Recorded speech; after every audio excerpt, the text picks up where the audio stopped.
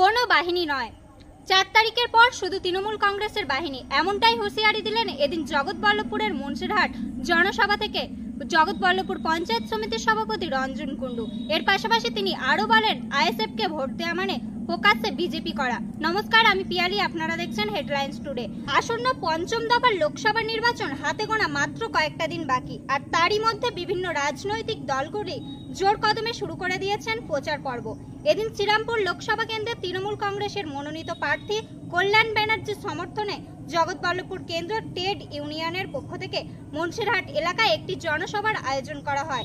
যেই সভায় প্রধান বক্তা হিসেবে উপস্থিত ছিলেন জগৎবল্লভপুরের বিধায়ক শীতনাথ ঘোষ মহাশয়। এছাড়াও উপস্থিত ছিলেন হাওড়া জেলার ট্রেড ইউনিয়নের সভাপতি অরবিন্দ দাস। এছাড়াও উপস্থিত ছিলেন জগৎবল্লভপুর পঞ্চায়েত সমিতির সভাপতি রঞ্জন কুণ্ডু। এদিনের এই সভা থেকে কি বললেন পঞ্চায়েত সমিতির সভাপতি, সরাসরি দেখে নেব হেডলাইন্স টুডের পর্দায়। এই এলাকায় মাইক বেঁধে আছে বিজেপি সিপিএম এর লোকরা, যারা আমাদের মাকে গালাগাল দিচ্ছেন, তারা কান খুলে শুনে নিন। গণতান্ত্রিক ভাবে রাজনৈতিক কথা বলবেন, তাতে আমাদের কোথাও কোনো প্রতিবাদ নেই, কিন্তু আমাদের মাকে যখন আপনারা গালাগাল দেবেন, 4 তারিখের পর আপনাদের হিসাবটা আমরা নেব, এটা কিন্তু মাথায় রাখবেন। কোন বাহিনী থাকবে না 4 তারিখের পর। বাহিনী একটাই থাকবে, তৃণমূল কংগ্রেসের বাহিনী, কোন বাহিনী নয় বন্ধু। তখন যেন বলো না কোনো নেতাকে ফোন করে, দাদা আমাকে বাঁচাও, আমি বাড়ি ঢুকতে পারছি না।